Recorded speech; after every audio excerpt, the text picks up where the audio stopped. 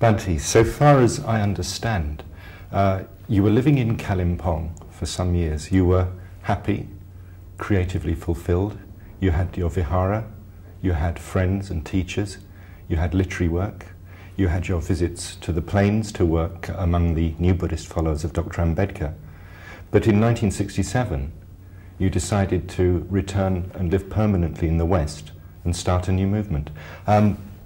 Could you talk a bit about the factors that made you decide to take that step? I suppose there were quite a number of factors. And I suppose also that they weren't, all of them, as clear to me at the time as perhaps they are now in retrospect.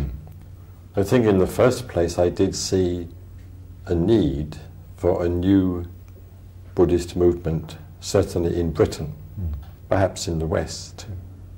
I felt that the existing Buddhist groups had already, in some respects, gone astray. And I felt a great pity that there shouldn't be a genuinely Buddhist movement in Britain.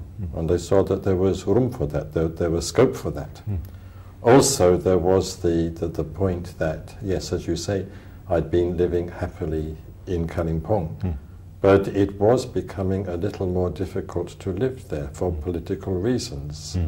There were quite a lot of Indian troops in Kalimpong, and that rather altered the character and atmosphere of the whole place. And I started wondering, well, will I be able to stay here indefinitely? And as a matter of fact, after I left, several European residents were asked by the authorities to leave. They wanted to move them away from the border just in case. So I had also that very much in mind.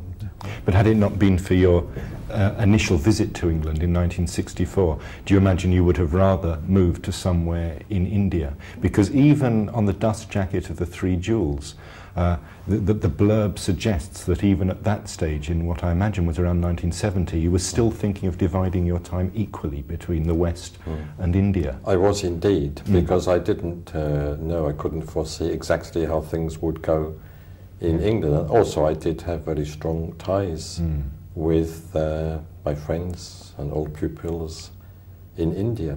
I think I would have liked to have divided my time in that way in the very early stages of the movement in Britain, but it simply wasn't possible because the needs of the movement itself were so great, there was so much to do, that it wasn't really possible to spend 6 months in Britain and 6 months in India.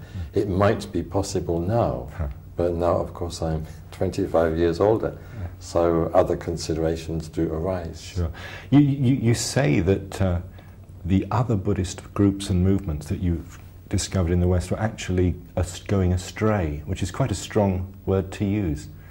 Perhaps I should modify that. Perhaps, well, one particular group, there were only really two groups, one particular group perhaps had not gone far enough to be able to go astray. And perhaps that was my feeling about that particular group. The other, which was a predominantly Theravada group, had, in my view, already lapsed into literalism and formalism. That spirit, I felt, was very rife.